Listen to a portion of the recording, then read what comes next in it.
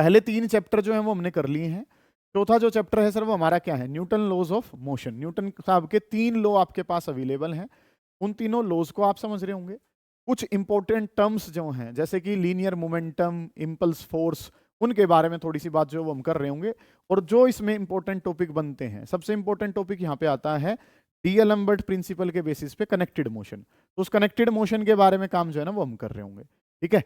तो इसके 2 हिस्से हैं, एक जो है न्यूटन लॉज ऑफ मोशन वाला पोर्शन है और एक में जो है वो हम फ्रिक्शन कर रहे होंगे। तो फ्रिक्शन वाला पोर्शन जो है वो हम कल डील करेंगे। आज जो है न्यूटन लॉज ऑफ मोशन जो है उनके बारे में काम जो है वो आपने करना है। सुनेंगे ध्यान से कि चीजें जो है वो आपने करनी क्या कुछ है, गौर कर रहे होंगे सारे बच्चे। तो इसमें अब जो काम आपने करना है वो कुछ कैसे है, लीनियर मोमेंटम और इम्पल्स, जो मतलब कि यहाँ पे सबसे पहले जो टॉपिक चलता है वो लीनियर मोमेंटम का और इम्पल्स से रिलेटेड है। एक इम्पल्स मोमेंटम थ्योरम जो है वो इंपॉर्टेंट हो जाती है, इन दोनों के बारे में डिस्कशन जो है वो पहले करते हैं। तो एक वर्ड जो है सर वो आपके पास है लीनियर मोमेंटम, और लीनियर मोमेंटम के बारे में अगर मैं बात करूं तो लीनियर मोमेंटम जो है sir that is denoted by letter P vector. Linear momentum को किससे लिखा जाता है, लीनियर मोमेंटम को पी वेक्टर से हम लिखते हैं। क्वांटिटी जो है वो एक वेक्टर क्वांटिटी जो है ये होगी, और लीनियर मोमेंटम जो है sir it is defined as product of mass to the velocity अटेन्ड। कि बॉडी का मास कितना है और उसकी वेलोसिटी जो है वो कितनी है। ये तो हम डायमेंशनल फॉर्मूले वाले काम में भी पढ़ चुके हैं। मास मल्टीप्लाई बाय वेलोसिटी जो है वो मोमेंटम होता है, वेक्टर क्वांटिटी है। यूनिट की बात करूंगा तो केजी मीटर पर क्या हो जाएगा, सेकंड हमारे पास बनेगा। डायमेंशनल फॉर्मूला बताना है तो केजी की वजह से m1, मीटर की वजह से L1, और टी नीचे है तो टी की पावर क्या हो जाएगा -1। ये इसका क्या आ जाएगा, डायमेंशनल फॉर्मूला आ जाएगा। मेन जो बात है लीनियर मोमेंटम जो पढ़ाया जा रहा है वो किस वजह से, इसका काइनेटिक एनर्जी के साथ रिलेशन है और उसके साथ ग्राफ जो है ना वो आपने बनाने पड़ते हैं। तो काइनेटिक एनर्जी भी मोशन से रिलेटेड टर्म है। काइनेटिक एनर्जी का फॉर्मूला बेटे क्या होता है, 12mv²। ऐसे ही अगर मैं मोमेंटम के बारे में बात करूं तो मोमेंटम को मैं क्या लिखता हूं, m into V. Mass into velocity करता हूं तो मास इंटू वेलोसिटी जो है वो तो मेरे पास क्या होता है, मोमेंटम। काइनेटिक एनर्जी का फॉर्मूला क्या होता है, 12mv²। इस तरीके से चीजें हैं।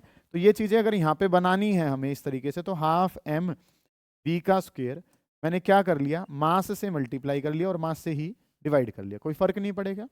मोमेंटम का फॉर्मूला है मास इंटू वेलोसिटी, ये था 12mv², मास से मल्टीप्लाई कर लिया, मास से डिवाइड कर लिया।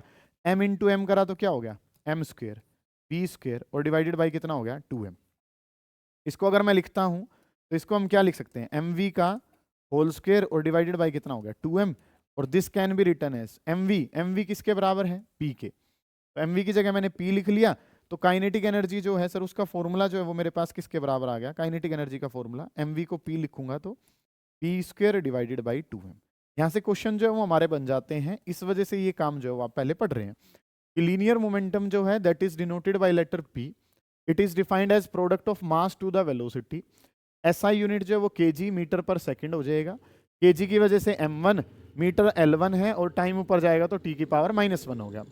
अगला जो काम है कि मोमेंटम का फॉर्मूला तो mv है, मोशन से रिलेटेड एक टर्म और है जिसका नाम क्या होता है, काइनेटिक एनर्जी। और काइनेटिक एनर्जी की अगर मैं बात करूं तो इसका फॉर्मूला क्या है, 12mv²। मैंने इसमें क्या कर लेना है, मोमेंटम की टर्म में इसको लेकर जाना है, तो मैंने मास से मल्टीप्लाई कर दिया, मास से डिवाइड। क्यों, क्योंकि मास की पावर 1 है और वेलोसिटी की पावर कितनी है 2। मास से मल्टीप्लाई, मास से डिवाइड, तो क्या बनेगा m² v² डिवाइडेड बाई कितना हो गया 2m। ये mv का होल स्क्वायर डिवाइडेड बाई कितना हो गया 2m। mv का मतलब क्या होता है सर, mv जो है सर वो हमारे पास क्या होता है p, तो p का स्क्वायर और डिवाइडेड बाई कितना हो गया 2m। ये फॉर्मूला हमारे पास बना। इसके बेसिस पे ग्राफ पूछे जाते हैं, उसके बारे में काम करेंगे बेटा। ये काइनेटिक एनर्जी का फॉर्मूला आ गया, और काइनेटिक एनर्जी का फॉर्मूला है p² डिवाइडेड बाई 2m। आपके पेपर में यहाँ से रिलेटेड ग्राफ जो है वो पूछे जाते हैं। अब कोई भी ग्राफ कब बनाया जाता है, जब एक पैरामीटर को कांस्टेंट रखा जाता है। मान लो मैं p को क्या रख लेता हूँ, कांस्टेंट। तो p अगर हम कांस्टेंट करें तो काइनेटिक एनर्जी जो है वो क्या हो जाएगी, p तो कांस्टेंट कर दिया है, 2 कांस्टेंट है, तो काइनेटिक एनर्जी इनवर्सली प्रोपोर्शनल किसके है, मास के। तो काइनेटिक एनर्जी और मास का अगर रिलेशन हमने करना है तो काइनेटिक एनर्जी और मास जो है वो कैसे हैं, इनवर्सली, और इनवर्सली प्रोपोर्शनल है तो ग्राफ कैसा जाता है, रेक्टेंगुलर हाइपरबोला जाता है। ग्राफ जो है वो कैसा जाएगा, रेक्टेंगुलर हाइपरबोला टाइप से। नेक्स्ट जो काम है वो आपने क्या करना है, अब m को अगर मैं कांस्टेंट रखूं तो m को अगर आपने कांस्टेंट करा तो m जो है सर उसकी जगह तो कांस्टेंट लिख लिया, तो e के, ये वाला कंसेप्ट कांस्टेंट हो गया अब की बार। तो e के प्रोपोर्शनल किसके जा रहा है, p² के। तो अगर मास कांस्टेंट है तो काइनेटिक एनर्जी और मोमेंटम में अगर हम रिलेशन करें तो चीजें जो है वो आपने क्या करनी है, एक के है और एक जो वर्ड है वो क्या है, पी। काइनेटिक एनर्जी और मोमेंटम की बात कर रहे हैं, जिसका स्क्वायर होता है ग्राफ उससे दूसरी तरफ बेंड करते हैं। पी का स्क्वायर है तो ग्राफ को कहाँ बेंड कर देंगे, के की तरफ। और ये जो शेप है सर इसका नाम है पैराबोलिक। ये जो शेप है ये कैसी है, पैराबोलिक शेप जो है ना ये है। काइनेटिक एनर्जी और मोमेंटम की बात कर रहे हैं, पी का स्क्वायर है जिसका स्क्वायर होता है ग्राफ उससे दूसरी तरफ बेंड करेंगे, और दूसरी तरफ बेंड करा तो ये नाम जो है वो क्या बन गया, पैराबोलिक शेप जो है ना वो आपके पास बन गई। अगला जो काम है वो हमने क्या करना है, एक जो है अब क्या रह गया, काइनेटिक एनर्जी को कांस्टेंट करना रह गया है। तो काइनेटिक एनर्जी अगर मेरे पास क्या है, कांस्टेंट है। काइनेटिक एनर्जी अगर हमारे पास कांस्टेंट है तो काम क्या बनेगा, E K is equal to P square और डिवाइडेड बाई कितना हो गया 2m। इस तरीके से काम करना है। 2m को अगर मैं ऊपर ले जाऊं तो 2m ई के और इज इक्वल टू किसके बराबर है, पी स्क्वायर के। तो पी स्क्वायर और m जो है वो डायरेक्टली प्रोपोर्शनल आ गए। यहाँ से m उठाना है और यहाँ से क्या उठाना है, p, क्योंकि ई के तो क्या है हमारा कांस्टेंट है, तो पी स्क्वायर प्रोपोर्शनल है m के। यहाँ पे अगर मैं बात करूं तो ये नाम p है और ये नाम क्या है m। तो इसका ग्राफ बनाऊंगा, स्क्वायर किसका है, p का। p का स्क्वायर है तो ग्राफ को कहाँ बेंड कर दूंगा, m की तरफ। एक की सिंगल पावर हो एक की डबल पावर हो तो ग्राफ का नाम क्या होता है, पैराबोलिक ग्राफ होता है। कैसा ग्राफ होता है, पैराबोलिक ग्राफ जो है उसका नेचर जा रहा होता है। काम जो है वो दोबारा जाने, लीनियर मोमेंटम क्या होता है वो जाना, उसकी यूनिट क्या है, उसकी डायमेंशन क्या है, काइनेटिक एनर्जी के साथ उसका रिलेशन क्या है। अगला जो काम आपने करा वो हमारे पास क्या है कि काइनेटिक एनर्जी बराबर है P square divided by 2m के। एक बार p को कांस्टेंट, एक बार m को कांस्टेंट और एक बार किसको, काइनेटिक एनर्जी को। दो तरीके के ग्राफ हैं, एक रेक्टेंगुलर हाइपरबोला अगर वो इन्वर्सली प्रोपोर्शनल है। अगला काम क्या है कि एक का सिंगल पावर है और दूसरे की डबल पावर है। 1 और 2 पावर के लिए अगर हम काम करते हैं जिसका स्क्वायर हो ग्राफ उससे दूसरी तरफ बेंड कर देते हैं। इतना काम जो है वो आपने करना होता है, ठीक है। इतना पोर्शन जो है वो आपने करा, ये लीनियर मोमेंटम हमने पढ़ा है। अगला जो काम है वो किसके बारे में पढ़ना है, इम्पल्स के बारे में करना है। तो इम्पल्स वाली चीजें जो हैं, ठीक है, या तो इनके स्क्रीनशॉट जो है वो आप लेंगे या फिर इसको जो है वो खुद से लिखने की कोशिश करेंगे। इम्पल्स के बारे में अगर हम बात करें तो इम्पल्स जो है वो जे वेक्टर से हम इसको लिखते हैं। होते क्या हैं, वो फोर्सेस जो बहुत छोटी सी ड्यूरेशन ऑफ टाइम के लिए लगते हैं उनका नाम क्या होता है, impulsive force. Forces which acts for very short duration of time. जैसे कि आपने फुटबॉल को किक करा तो आपका पैर और फुटबॉल बहुत छोटे से टाइम के लिए कॉन्टेक्ट में आए थे। बॉल को हिट कर दिया किसने, बैट ने, मतलब बहुत एक मिनिमम से टाइम के लिए फोर्सेस अगर कांटेक्ट में आते हैं, फोर्सेस जो हैं बहुत छोटे से टाइम के लिए अगर लगे तो नाम क्या होता है, impulsive force. And they are defined as force multiply by time for which they are acting. Force की मल्टीप्लाई टाइम से कर दीजिए, कौन से टाइम से, जिसके लिए वो लग रहे होते हैं। तो यहाँ पे अगर इंपल्स के बारे में बात करूंगा तो फोर्स की यूनिट क्या होती है, न्यूटन। टाइम की यूनिट क्या होती है, सेकंड। तो काम जो है वो क्या बन जाएगा, न्यूटन इंटू सेकेंड। न्यूटन के बारे में अगर काम करें तो m1 L1 T-2, ये फॉर्मूला न्यूटन का हो गया। सेकंड के लिए बात करता हूं तो क्या हो जाएगा, T। इसको अगर सोल्व करूं तो क्या बनेगा, m1 L1 और T-2 की पावर जो है वो कितना हो जाएगा, -1। m1 L1 T-2 ये 1, तो -2 + 1 करा तो कितना हो गया, -1। ये इसका क्या आ गया, डायमेंशनल फॉर्मूला आ गया। समझ आ गई इतनी बात तो, कि अगर मुझे इम्पल्स बताना है तो इम्पल्स बराबर है force multiply by time. Force Newton में है, टाइम सेकंड में है, न्यूटन सेकंड यूनिट बनेगी। ये इसका क्या आ गया, डायमेंशनल फॉर्मूला आ गया। वो फोर्स जो बहुत छोटी सी ड्यूरेशन के लिए लगते हैं उनका नाम क्या होता है, इंपल्सिव फोर्स होता है। ये काम जो है ना वो आपने यहाँ से पता करना है। इंपल्स जो है वो पता चल गया।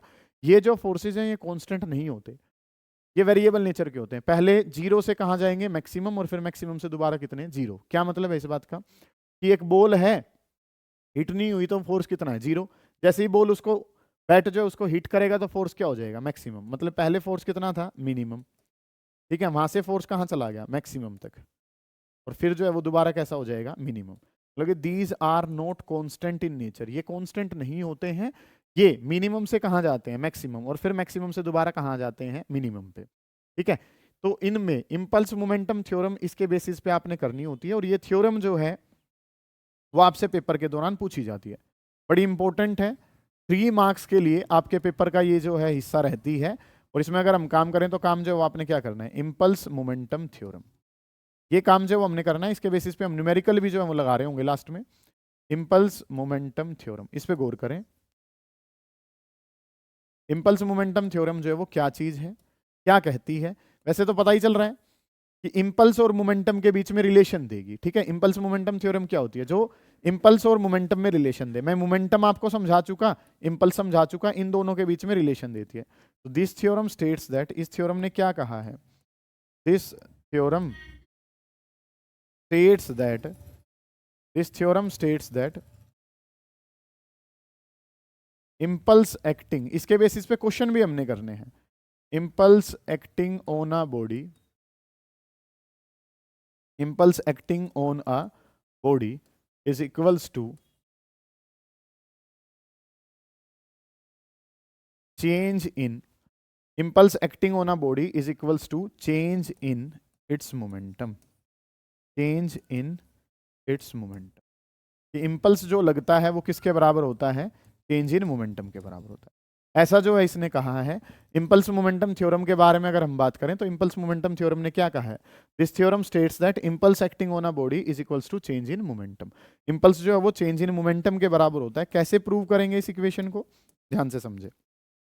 यूजिंग न्यूटन साहब का सेकेंड लॉ, यूजिंग न्यूटन से सेकेंड लॉ, न्यूटन साहब का सेकेंड लॉ अगर आप इस्तेमाल करें तो आप और मैं कुछ बातें जानते हैं। न्यूटन से सेकंड लॉ को अगर आप इस्तेमाल करें तो आपने क्या देखा है, rate of change of linear momentum is equal to force applied. ये बात जो है ना वो आपको पता है कि dp बाई डी टी किसके बराबर है, f। बस यही बात पता हो, बाकी तो अपने आप खत्म हो जाएगा ये काम। कि dp बाई डी टी किसके बराबर होता है, फोर्स के। ये किसने कहा है, न्यूटन साहब का सेकंड लॉ जो है उसने कहा है कि dp बाई डी टी किसके बराबर होता है, फोर्स के बराबर होता है। dt यहाँ पे किस में है, मल्टीप्लाई में है, ठीक है, मल्टीप्लाई में चला जाएगा ये, तो dp किसके बराबर हो जाएगा, dp बराबर है f इंटू में कितना है dt। इस तरीके से काम आपने कर लिया कि dp बाई dt जो है वो किसके बराबर है, f के। Rate of change of linear momentum is equal to किसके बराबर है, फोर्स के बराबर है। ये टाइम जो डिवाइड में था कहाँ चला जाएगा, मल्टीप्लाई में। और इसके बारे में अगर मैं बात करूं तो काम जो है वो क्या हो जाएगा, इंटीग्रेटिंग बोथ साइड्स। दोनों साइड मैंने इंटीग्रेशन कर लिया, तो इंटीग्रेशन किसका हो गया, dp का, और इंटीग्रेशन किसका हो गया, f इंटू डी टी। इस तरीके से काम जो है ना सर वो हमने कर लिया कि यहाँ पे dp बाई डी टी किसके बराबर है, f के। dt को ऊपर भेजा तो ये क्या बन गया, F D T integration dp, और इंटीग्रेशन किसका, एफ डी टी। इस तरीके से काम कर लिया। अब ऑपरेटर के बारे में अगर मैं बात करूं तो dt तो कांस्टेंट है, तो f, ये dt ऑपरेटर है तो f तो उसकी शक्ल का नहीं है, कहाँ आ जाएगा, बाहर। तो इंटीग्रेशन किसका कर लेंगे, dp का, और इंटीग्रेशन जो है वो क्या हो जाएगा, f बाहर, और इंटू में कितना हो गया dt। आप समझे ध्यान से, integration dp integration F D T. अब ऑपरेटर की शक्ल में क्या है, टाइम, तो एफ में तो टाइम नहीं है, तो टाइम को कहाँ खींच लाओ, बाहर। इंटीग्रेशन किसका हो जाएगा, dt का। यहाँ पे अगर मैं बात करता हूँ तो टाइम, टाइम जीरो से लेके कहाँ तक जा रहा है, t, और मोमेंटम इनिशियल मोमेंटम से कहाँ जा रहा है, फाइनल मोमेंट। तो dp का इंटीग्रेशन करा तो p बन गया, और ये क्या हो गया, p इनिशियल, और ये क्या हो गया, p फाइनल। f जो है मैंने बाहर करा, dt का इंटीग्रेशन करा तो t, और लिमिट जा रही है जीरो से लेके t तक। इस तरीके से काम है। Upper limit minus lower limit रखता हूं तो ये क्या हो गया, पी फाइनल माइनस का P initial is equal to force, और इंटू में कितना हो गया, टाइम। इस तरीके से चीजें कर ली। P final minus P initial को अगर मैं लिखूं तो ये हमारे पास क्या है, चेंज इन मोमेंटम है। और चेंज इन मोमेंटम जो है सर वो किसके बराबर है, चेंज इन मोमेंटम बराबर है फोर्स इंटू टाइम, किसके बराबर बताया था, इंपल्स। यही कहती है इंपल्स मोमेंटम थ्योरम, इंपल्स किसके बराबर होता है, इंपल्स बराबर होता है चेंज इन मोमेंटम के। ये काम जो है ना वो आपने करना है। ये कंसेप्ट जो है वो आपके पास क्या है कि इंपल्स जो एक बॉडी पे एक्ट करता है वो किसके बराबर होता है, चेंज इन इट्स मोमेंटम। ये काम जो है ना सर वो बनता है। आपने न्यूटन साहब का सेकंड लॉ इस्तेमाल करा, जिसने क्या कहा कि F बराबर है dp बाई डी टी के। dt डिवाइड में है, कहाँ चली जाएगी, मल्टीप्लाई में। एफ डी टी बराबर हो गया किसके, dp के। तो dp बराबर है एफ डी टी, इंटीग्रेशन करा तो इंटीग्रेशन dp का इंटीग्रेशन एफ डी टी का। टाइम की शक्ल में चीजें हैं तो f जो है वो कहाँ आ जाएगा, बाहर। dt का इंटीग्रेशन t, dp का कितना हो गया p, अपर लिमिट माइनस लोअर लिमिट, अपर limit minus lower limit. Force into time को क्या कहा जाता है, impulse. p final minus p initial क्या है, चेंज इन मोमेंटम। ये काम जो है ना वो आपने देख लेना है, ठीक है। इसका स्क्रीनशॉट ले लें, ये इंपॉर्टेंट है, आना है ये पेपर में। इंपल्स मोमेंटम थ्योरम जो है वो पेपर का हिस्सा रहेगी। अब अगला जो काम है उसके बारे में अगर हम ध्यान दें तो अब चीजें जो है वो आपने क्या करनी है, नेक्स्ट जो है इंपल्स और मोमेंटम के बेसिस पे, इनके बेसिस पे न्यूमेरिकल भी जो है वो हम लास्ट में कर रहे होंगे, ठीक है। अब न्यूटन साहब के लॉज जो हैं उनके बारे में काम करेंगे, ठीक है। कि काम जो है सर वो हमने करना क्या है कि न्यूटन्स लॉज ऑफ मोशन के बारे में अगर आप काम करें तो 3 लॉ हैं न्यूटन्स आपके। फर्स्ट लॉ ऑफ मोशन जो है वो क्या कहता है, वो इनर्शिया को डिफाइन करता है। ठीक है, न्यूटन साहब का फर्स्ट लॉ जो है वो दैट डिफाइंस इनर्शिया, वो किसको डिफाइन करता है, इनर्शिया को। इनर्शिया क्या होती है, प्रॉपर्टी है एक बॉडी की जिसकी वजह से वो कोई भी चेंज को क्या करती है, रेजिस्ट। इनर्शिया कितने प्रकार की, 3। Inertia of motion, inertia of rest, हालांकि ये नहीं पूछा जाएगा, बस वैसे टाइप्स जो हैं उनके बारे में काम कर रहे हैं। और इनर्शिया ऑफ क्या होगी, डायरेक्शन हमारे पास। ठीक है, कि पहले वाला जो है फर्स्ट लॉ ने क्या कहा था, a body will try to continue in state of rest or of uniform motion until or unless compelled by any external force। बाहर से कोई फोर्स नहीं लगाओगे तो बॉडी अगर रेस्ट पे पड़ी है तो किस पे पड़ी रहेगी, रेस्ट पे, और यूनिफॉर्म मोशन में है तो किस में रहेगी, यूनिफॉर्म मोशन। और यही डेफिनेशन जो है वो किसकी थी, इनर्शिया की। 1 मार्क के लिए हो सकता है Newton's first law defines, Newton first law किसको डिफाइन करता है, इनर्शिया को। वो आपने टाइप्स जो है वो पढ़ भी रखे हैं 9th क्लास में। Inertia of motion, body motion में तो किस में रहना चाहेगी, मोशन में। एग्जांपल के तौर पे आपने क्या जाना था, एक फैन है, स्विच बंद भी कर देंगे तो थोड़ी देर के लिए किस में रहेगा, मोशन में रहेगा। ठीक है, इनर्शिया ऑफ रेस्ट के बारे में अगर हम बात करें तो आपने पढ़ रखा है कि अगर आप ब्रांचेस को, एक पेड़ की ब्रांचेस को अगर आप क्या करते हैं, हिलाते हैं, तो फ्रूट्स जो है वो कहाँ जाते हैं, नीचे, या कुछ पत्ते जो है वो कहाँ जाते हैं, नीचे, क्योंकि वो रेस्ट पे थे और वो किस पे रहना चाहते हैं, रेस्ट पे। इनर्शिया ऑफ डायरेक्शन के बारे में क्या बताया जाता है कि अगर आप लगेज को गाड़ी के टॉप पे अगर रखते हैं तो उसको थोड़ा बांध के रखते हैं। ऐसा क्यों, क्योंकि गाड़ी तो टर्न ले जाएगी लेकिन लगेज जो है वो उतर के उसी डायरेक्शन को कंटिन्यू कर सकता है। ठीक है, इस वजह से हम क्या करते हैं, इनर्शिया ऑफ डायरेक्शन जो है उसका भी इस्तेमाल जो है वो करा था। ये फर्स्ट लॉ हो गया। सेकंड जो लॉ है वो अभी बताया ही है मैंने आपको। न्यूटन साहब का सेकंड लॉ जो है वो क्या कहता है कि rate of change of linear momentum is directly proportional to force applied. ये तो क्यों बता रहा हूं मैं आपको, क्योंकि चैप्टर का नाम न्यूटन्स लॉ ऑफ मोशन है, अदरवाइज इनसे नहीं पूछा जाना कुछ भी। इंपल्स मोमेंटम थ्योरम आ रही होगी कि DP by D directly proportional है फोर्स अप्लाइड के, या अगर मैं यहाँ पे बात करता हूं तो फोर्स अप्लाइड जो है, एक्सटर्नल फोर्स अप्लाइड किसके प्रोपोर्शनल है, डीपी बाई डी के। इस प्रोपोर्शनल में हम काम नहीं करते हैं तो वर्ड क्या आ जाता है, के डीपी और डिवाइडेड बाई कितना, dt। और यहाँ पे अगर हम बात करें तो यहाँ पे k की वैल्यू जो है सर वो किसके बराबर है, 1 के बराबर।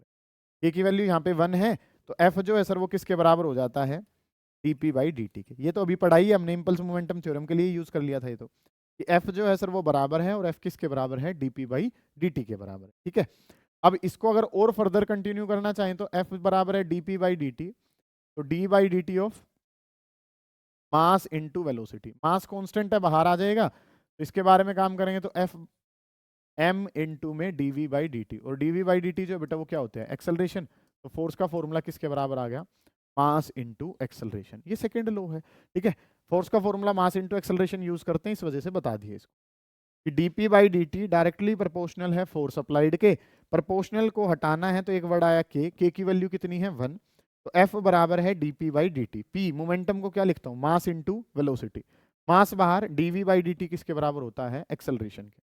तो फोर्स पता चल गया, और फोर्स जो है सर वो बराबर है किसके बराबर है, फोर्स बराबर है mass into acceleration. Third law हम जानते ही हैं, for every action there is equal and opposite reaction. आपने पैर से अर्थ पे फोर्स लगाया है तो अर्थ ने उल्टा फोर्स तुम्हारे ऊपर लगा दिया, इसकी एप्लीकेशंस पता ही है। आप चल पा रहे हैं, थर्ड लॉ की एप्लीकेशन है। स्विमिंग कर पा रहे हैं, आप पानी को कहाँ भेजते हैं, पीछे, पानी तुम्हें कहाँ भेज देता है, आगे की तरफ। ठीक है, इनके बेसिस पे हम चीजें आगे यूज कर रहे होंगे। ऐसा नहीं होता है कि आपसे पूछा जाए कि तीनों के तीनों लॉ जो है वो बता दो, नहीं होगा ऐसा। ठीक है, ये तो बस बता दिया नॉर्मली, अदरवाइज इसकी नीड जो है वो नहीं रहेगी। आप ये जो क्वेश्चन है ये पूछ लिया जाता है कि न्यूटन्स लॉ जो है उनमें second law is real law of motion. ठीक है, second law of motion is real law of motion, ऐसा कहा जाता है। ऐसा क्यों, कि सर जो सेकंड है उसी के अंदर कौन है, फर्स्ट, और सेकंड है उसी के अंदर कौन है, थर्ड। तो सेकंड पढ़ लो, उसी से कौन सा भी ड्राइव कर सकते हैं, फर्स्ट को, और सेकंड से किसको भी ड्राइव कर सकते हैं, थर्ड को। ये पूछा जाता है कई स्कूल में जो है ये इंपॉर्टेंट बन जाता है। ठीक है, तो इसके जो है वो दो काम हम कर रहे होंगे। कैसे, कि सेकंड लॉ जो है वो रियल लॉ है, इसका मतलब क्या है कि फर्स्ट एंड थर्ड लॉ जो है, first and third law are contained, first और थर्ड लॉ जो है वो कंटेन्ड है, first law and third law are contained in second law. पहला और तीसरा जो लॉ है वो किसके अंदर ही है, कि first and third law are contained in second law, पहला लो भी और थर्ड लो भी दोनों के दोनों जो है वो सेकंड लो के अंदर कंटेन्ड है, ऐसा जो है वो बताया जाता है। कैसे, क्या चीजें हैं सुने। सबसे पहले फर्स्ट वाले पार्ट को कर लेते हैं कि फर्स्ट लो इज कंटेन्ड इन, ये पिछले जो लो बताए हैं वो इस वजह से ही बताए हैं क्योंकि इस वाले क्वेश्चन में यूज करने थे। First law is contained in second law, कि पहले वाले लो को अलग से मत पढ़ो, सेकंड अगर पढ़ लिया ना तो इसका आंसर वहीं से ही आ जाएगा। कैसे, सुने ध्यान से। आपको अभी मैंने ड्राइव करके जो है वो बताया था कि यूजिंग सेकंड लो का लास्ट में जो रिजल्ट आपने पढ़ा, यूजिंग सेकंड लो का इस्तेमाल जो आपने जब करा तो सेकंड लो ने क्या कहा कि एक्सटर्नल जो फोर्स अप्लाइड है वो किसके बराबर होता है, मास इनटू एक्सेलरेशन। लास्ट में अभी मैंने डेरिवेटिव लेके जब ये बताया था कि सेकंड लो जो है उसने क्या बताया है, सेकंड लो ने कहा है कि फोर्स बराबर होता है मास इनटू एक्सेलरेशन के, ये सेकंड लो की डेफिनेशन में है। तो इफ अगर मैं क्या कह दूं कि एक्सटर्नल फोर्स जो है सर वो किसके बराबर है, जीरो। अगर एक्सटर्नल फोर्स किसके बराबर है, जीरो, तो अगर एक्सटर्नल फोर्स जीरो है तो जीरो इज इक्वल टू किसके बराबर है, मास इनटू एक्सेलरेशन। बेटा दो नंबर की मल्टीप्लाई जीरो कब होती है, या तो पहला जीरो या फिर दूसरा जीरो। तो इसका मतलब क्या हो गया, इधर mass is equal to zero, या तो मास कितना हो जाना चाहिए, जीरो, और एक्सेलरेशन इज, या तो मास जीरो होना चाहिए या फिर क्या होना चाहिए, acceleration is equal to zero. ये काम हमें पता है। मास जीरो तो पॉसिबल होगा नहीं, नॉट पॉसिबल। इसका मतलब क्या है, एक्सेलरेशन जो है वो कितनी होनी चाहिए, जीरो। एक्सेलरेशन जीरो होने का मतलब बॉडी रेस्ट पे है तो किस पे पड़ी रहेगी, रेस्ट पे। और बॉडी अगर यूनिफॉर्म मोशन में है तो किस में रहेगी, यूनिफॉर्म मोशन में रहेगी। ये काम जो है ना, तो ये तो किसने कहा है कि बाहर से फोर्स मत लगाओ, बॉडी रेस्ट पे तो किस पे पड़ी रहेगी, रेस्ट पे, और यूनिफॉर्म मोशन में तो किस पे पड़ी रहेगी, यूनिफॉर्म मोशन में रहेगी। तो ये तो स्टेटमेंट तो किसकी है, फर्स्ट लो की, लेकिन निकाली कहां से गई है, सेकंड से। तो वही कहा गया है कि पहला लो जो है वो किसके अंदर ही है, सेकंड लो के अंदर है। दोबारा देखो क्वेश्चन जो है वो क्या आएगा, comment second law of motion is real law of motion, कि इस बात पे कमेंट करके बताओ कि सेकंड लॉ जो है वो रियल लॉ है। अब इस बात का क्या मतलब है कि सेकंड का इस्तेमाल कर लो वहां से फर्स्ट भी आ जाएगा, सेकंड का इस्तेमाल कर लो वहां से थर्ड भी आ जाएगा। तो first law is contained in second, पहला जो लॉ है वो सेकंड के अंदर है, तो सेकंड का इस्तेमाल करेंगे और फर्स्ट में पहुंच जाएंगे। कैसे, कि अभी मैंने आपको समझाया कि फोर्स किसके बराबर है, मास इनटू एक्सेलरेशन। अगर मैं एक कंडीशन लेके चलूं कि एक्सटर्नल फोर्स अगर मेरा कितना है, जीरो, तो जीरो बराबर है किसके, मास इनटू एक्सेलरेशन के बराबर है। तो अब दो नंबर की मल्टीप्लाई जीरो कब होती है, या तो पहले वाला जीरो हो जाए या फिर दूसरे वाला जीरो हो जाए। अब मास तो जीरो हो नहीं सकता, इसका मतलब कौन जीरो होगा, एक्सेलरेशन। एक्सेलरेशन जीरो होने का मतलब बॉडी रेस्ट पे है तो किस पे पड़ी रहेगी, रेस्ट पे, और अगर यूनिफॉर्म मोशन में है तो किस में रहेगी, यूनिफॉर्म मोशन में, which is your first law. तो ये तो प्रूव हो गया। अब नंबर जो है वो क्या लेके आते हैं, सेकंड केस जब हम करेंगे कि third law is also contained in, third law is contained in, third law is contained in second law। Third जो लो है वो कंटेन्ड है, third low is contained in second low. Third वाला जो लो है वो सेकंड लो के अंदर ही है।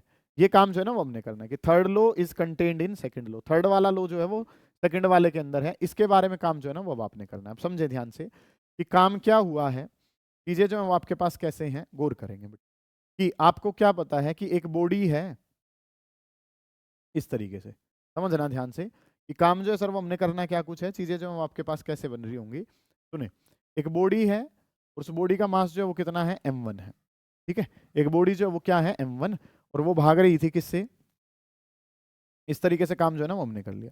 एक बॉडी जो है वो m1 है और वो भाग रही थी किससे, u1 वेलोसिटी से। दूसरे वाली बॉडी जो है वो क्या थी, m2, और वो भाग रही थी किससे, u2 से, ठीक है। इस तरीके से भाग रही थी। अब u1 की वैल्यू जो थी सर वो ज्यादा थी, और u1 ज्यादा था किससे, u2 से। और क्योंकि u1 u2 से ज्यादा था तो इन दोनों की आपस में टक्कर होगी, तो m1 वाला m2 को टक्कर मार देता है, और टक्कर मारने के बाद अब ये जो है m1 वाला भागने लगा किससे, v1 से, और m2 वाला जो है वो भागने लगा किससे, v2 से। बिल्कुल बेसिक सा काम जो है वो आपने कर लिया। टक्कर लगेंगी तो वेलोसिटी चेंज होगी, और वेलोसिटी चेंज होगी तो इसकी v1 होगी और उस वाले की कितनी होगी, v2। ये काम आपने कर लिया। इस वाले को जो है वो स्क्रीनशॉट ले लो, ये वाला जो है वो रब करते हैं, वो थोड़ा सा लेंथी पोर्शन जाएगा, ठीक है। तो फर्स्ट लो जो है वो सेकंड में कंटेंट था, ये हमने प्रूव कर दिया। अब थर्ड वाले का नंबर है, उसके लिए आपने एक डायग्राम जो है वो छोटा सा बनाया, और उसमें आपने क्या कहा, एक ऑब्जेक्ट है जिसका मास कितना है, m1, वो भाग रहा था किससे, U1 से, दूसरे वाला M2 जो भाग रहा था किससे, U2 से। ऐसा काम हुआ, टक्कर हुई, और टक्कर होने के बाद ये V1 से भागने लगा और वो किससे भागने लगा, V2 से। एक काम छोटा सा हुआ होगा कि जब ये टकराए होंगे तो 2 पे फोर्स लगाया होगा किसने, 1 ने, और 1 पे फोर्स किसने लगाया होगा, 2 ने। ये काम जो है ना सर वो हमें पता है, ठीक है, कि ये चीजें जो है सर वो हमें पता है कि कंसेप्ट जो है वो आपको क्या पता है कि ये 2 पे फोर्स किसने लगाया होगा, 1 ने, और 1 पे फोर्स जो है वो किसने लगाया होगा, 2 ने। एक दूसरे पे क्या लगाएंगे, फोर्स लगाएंगे। एक ने एक्शन लगाया तो दूसरे ने जो है वो क्या दी होगी, रिएक्शन दी होगी। इस तरीके से काम जो है ना वो आपने करना है। चलो जी, किसका इस्तेमाल करते हैं, सेकंड का, और प्रूव किसको करते हैं, फर्स्ट को प्रूव करने के पीछे चलते हैं। चलो जी, अब काम जो है सर वो हमने करना क्या कुछ है, चीजें जो है वो आपके पास क्या है समझते हुए चलेंगे कि यहाँ पे कंसेप्ट जो है वो आपको क्या पता है कि अगर मैं लिखता हूं, कैसे लिखते हैं चीजों को, कि सर dp1/dt, पहले वाली बॉडी का मोमेंटम चेंज हुआ है, पहले वाली बॉडी का मोमेंटम अगर चेंज हुआ है तो इसके बारे में अगर हम काम करें तो पहली बॉडी का मोमेंटम चेंज अगर हुआ है तो उसको अगर मैं लिखता हूँ dp1/dt, अगर लिखता हूं तो dp/dt जो है वो किसके बराबर होता है, फोर्स के। तो dp1/dt जो है वो किसके बराबर होगा, पहले वाली बॉडी का मोमेंटम चेंज हुआ, क्योंकि पहले वाली का क्या हुआ है, फोर्स लगा है उस पर। तो dp1 अगर मैं लिख दूं तो dp1 जो है सर वो किसके बराबर है, F12, और इंटू में कितना हो गया, dt। समझना बेटा ध्यान से, ये काम कर लिया। सिमिलर कंसेप्ट अगर मैं 2 के लिए लिखूं तो dp2 इज इक्वल टू किसके बराबर होगा, dp2 divided by dt। Second का मोमेंटम चेंज हुआ तो सेकंड पे फोर्स लगेगा, और सेकंड का फोर्स किसके बराबर है, F21 के बराबर है। तो dp2 जो है सर वो अगर मुझे बताना है तो dp2 किसके बराबर हो जाएगा, F21, और इंटू में कितना हो गया, dt। इतनी बातें आपको समझ में आ रही है, ये मैं क्या लिख रहा हूँ, 1 का मोमेंटम चेंज, 1 का फोर्स, मल्टीप्लाई बाई क्या हो गया, टाइम। अब एक बात जो आपको पता है, समझे ध्यान से, using law of conservation of momentum, law of conservation of momentum जो है वो क्या कहता है आपको, law of conservation of momentum. Momentum conservation ने क्या कहा है आपको, मोमेंटम कंजर्वेशन ने ये कहा है कि मोमेंटम हमेशा क्या रहता है, सेम, या टोटल चेंज इन मोमेंटम जो है वो किसके बराबर होता है, 0। अब टोटल के अंदर कौन कौन आ गया, टोटल के अंदर पहले वाला आ गया, प्लस कौन सा आ गया, दूसरे वाला आ गया, और इन दोनों का सम किसके बराबर है, 0। अगर मैं यहां पे लिख दूं तो dp1 is equal to minus of किसका, dp2। अब बेटा dp1 की वैल्यू लिखो, dp1 की वैल्यू कितनी थी सर, F12, और इंटू में कितना, dt। और dp2 की अगर मैं बात करूं तो माइनस का F21, और इंटू में कितना, dt। dt से सर dt कट गया, तो ये क्या प्रूव कर दिया आपने कि action is equal and opposite of reaction. और action is equal and opposite of reaction क्या था, थर्ड लो। लेकर तो किसको चले हो, सेकंड को, और प्रूव किसको कर दिया, थर्ड को। तो थर्ड जो है वो प्रूव किया जा सकता है किसकी हेल्प से, सेकंड की। दोबारा देखो, ध्यान से समझो, बिल्कुल बेसिक सा काम जो है सर वो हमने करना है। सारे बच्चे बड़े ध्यान से समझ रहे होंगे, किसी बच्चे को कोई भी दिक्कत अगर आती है तो वो पूछ रहा होगा कि कंसेप्ट जो है सर वो हमारे पास यहाँ पे क्या कुछ बन रहा है। इसमें अगर हम काम करते हैं तो एक बॉडी है जिसका मास m1 है, वो u1 वेलोसिटी से भाग रही थी, दूसरे वाली जो है वो m2 है जो किससे भाग रही थी, u2 वेलोसिटी जो है ना उससे वो भाग रही है, ठीक है। इस तरीके से काम जो है ना वो आपने करना है। जब ये चीजें आपने करी, ठीक है, इस तरीके से कंसेप्ट जो है वो आपने चलाया, तो काम जो है वो आपने क्या करना है, u1 की वैल्यू ज्यादा थी तो टक्कर लगी तो फोर्स लगे, 1 पे लगाया 2 ने, 2 पे लगाया 1 ने। अब ये भागने लगी v1 से और वो भागने लगी किससे, v2 से। मैं और आप क्या जानते हैं, सेकंड लो अभी पढ़ाया था कि dp/dt किसके बराबर होता है, फोर्स। तो 1 का मोमेंटम चेंज हुआ तो 1 का फोर्स, 2 का मोमेंटम चेंज हुआ तो 2 का फोर्स। ये डिवाइड में टाइम था, कहाँ भेज दिया, मल्टीप्लाई में। डिवाइड में टाइम था, कहाँ भेज दिया, मल्टीप्लाई में। कंजर्वेशन ऑफ मोमेंटम क्या कहता है कि मोमेंटम हमेशा क्या रहेगा, सेम। मोमेंटम सेम रहेगा तो मोमेंटम का चेंज कितना होगा, 0। टोटल चेंज इन मोमेंटम कितना रहेगा, 0। तो टोटल में कौन आया, 1 आया, और कौन आया, 2। ये प्लस में वैल्यू है तो इस तरफ जाके किस में हो जाएगी, माइनस में। dp1 की वैल्यू ये, dp2 की ये, dt से dt कट गया। Action is equal and opposite of reaction which is third law of motion. ये जो है सर ये हमारे पास क्या है, थर्ड लॉ है। समझ आ गई इतनी बात आपको, इसका भी स्क्रीनशॉट लें, ये पूछा जा सकता है। अब तक के काम में इम्पल्स मोमेंटम थ्योरम, और एक ही कि second law of motion is real law of motion, ये दोनों चीजें जो हैं वो आपके लिए इंपॉर्टेंट चलेंगी बेटा, ठीक है। डन है इतना काम, तो इसको समझना है और करना है, इन दोनों में से कोई सी एक जो है वो पेपर में आ जाएगी। अब जो है सर वो हमारे पास यहाँ पे जो सबसे इंपॉर्टेंट टॉपिक है इस वाली यूनिट का, that is your lift problem. ठीक है, एलिवेटर प्रॉब्लम। इसमें क्या होता है कि आप जो है, जो आपका मास है वो अवेलेबल है कुछ भी, तो आप जो है जब लिफ्ट में ऊपर जाते हैं या कहाँ जाते हैं, नीचे, तो आपका वेट जो है वो स्लाइटली क्या हो जाता है, चेंज हो जाता है।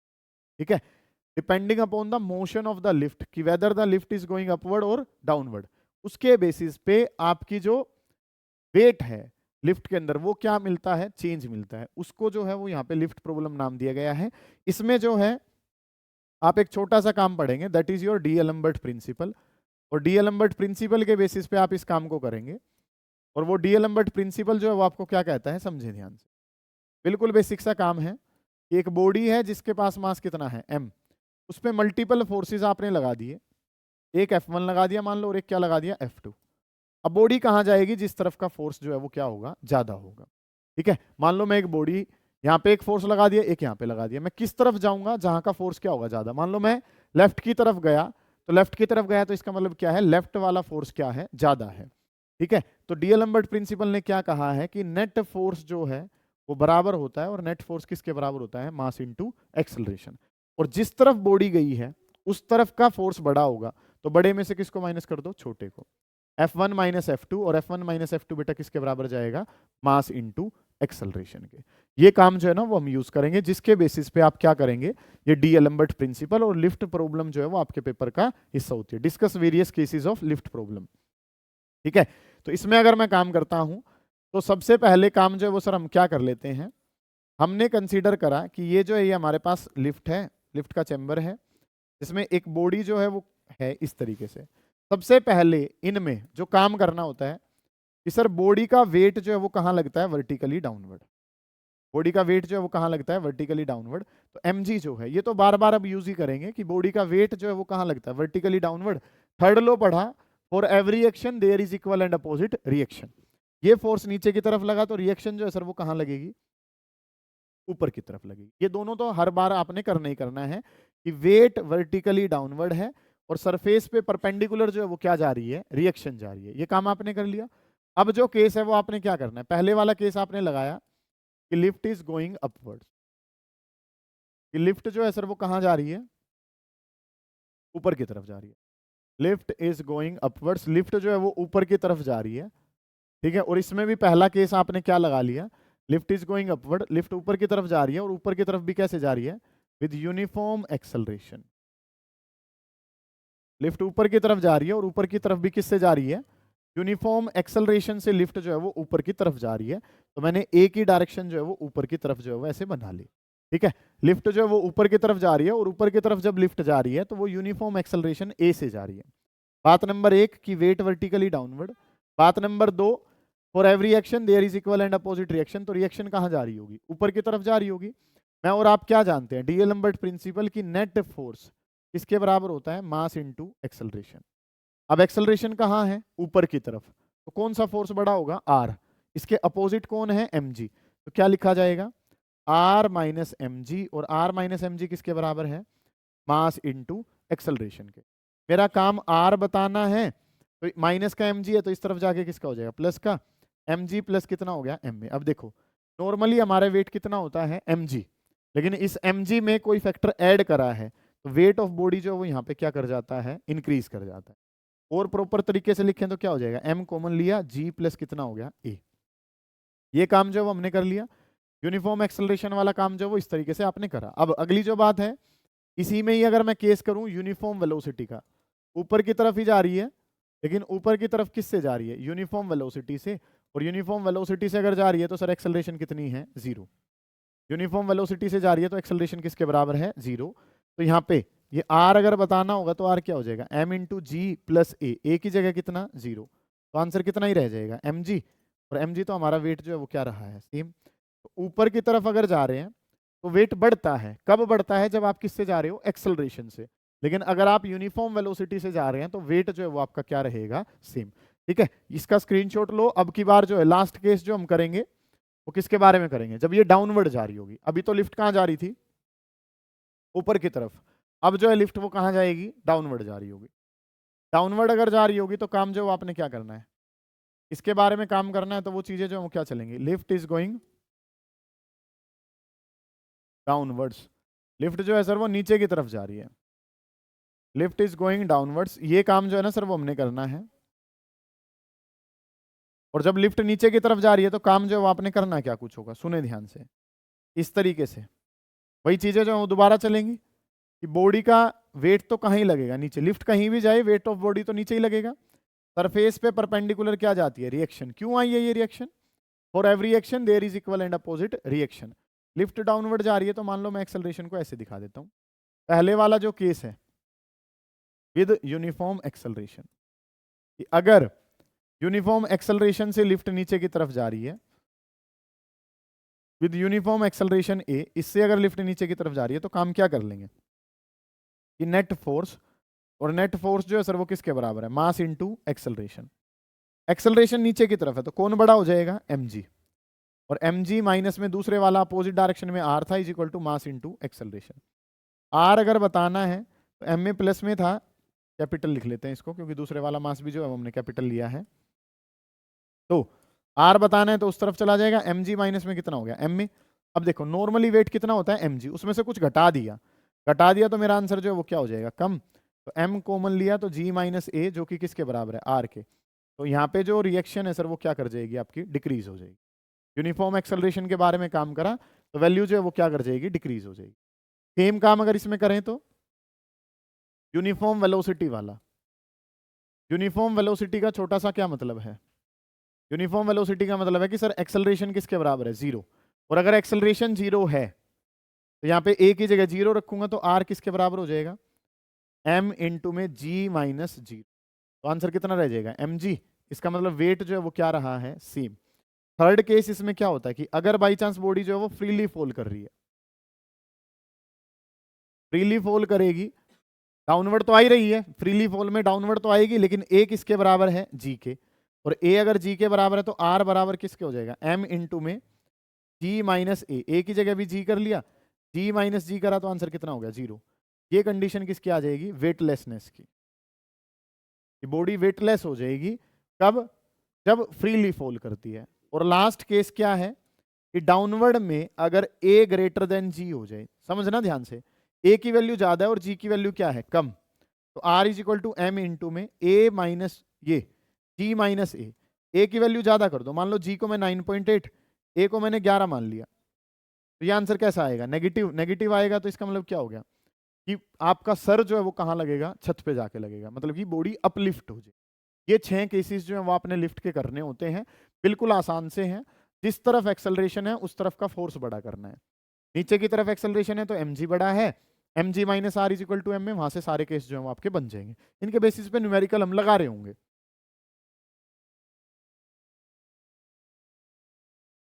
कनेक्टेड मोशन वाली सीरीज में आगे जो काम है बेटा वो आपने क्या करना है, अभी जो है वो आपने क्या देखा था, लिफ्ट प्रॉब्लम जो है वो आपने करी, और लिफ्ट प्रॉब्लम में आपके पास क्या था कि लिफ्ट ऊपर जा रही है तो वेट चेंज हो जा रहा है, ठीक है, लिफ्ट नीचे आ रही है तो चेंज हो रहा है। अलग अलग केसेस थे उसमें भी कि कांस्टेंट वेलोसिटी से अगर आप मूव करते हैं तो वेट जो है वो आपका क्या रहता है, सेम। अब जो है कनेक्टेड मोशन, या फिर इसके अंदर जो हम नाम लेते हैं that is your mass and pulley problem.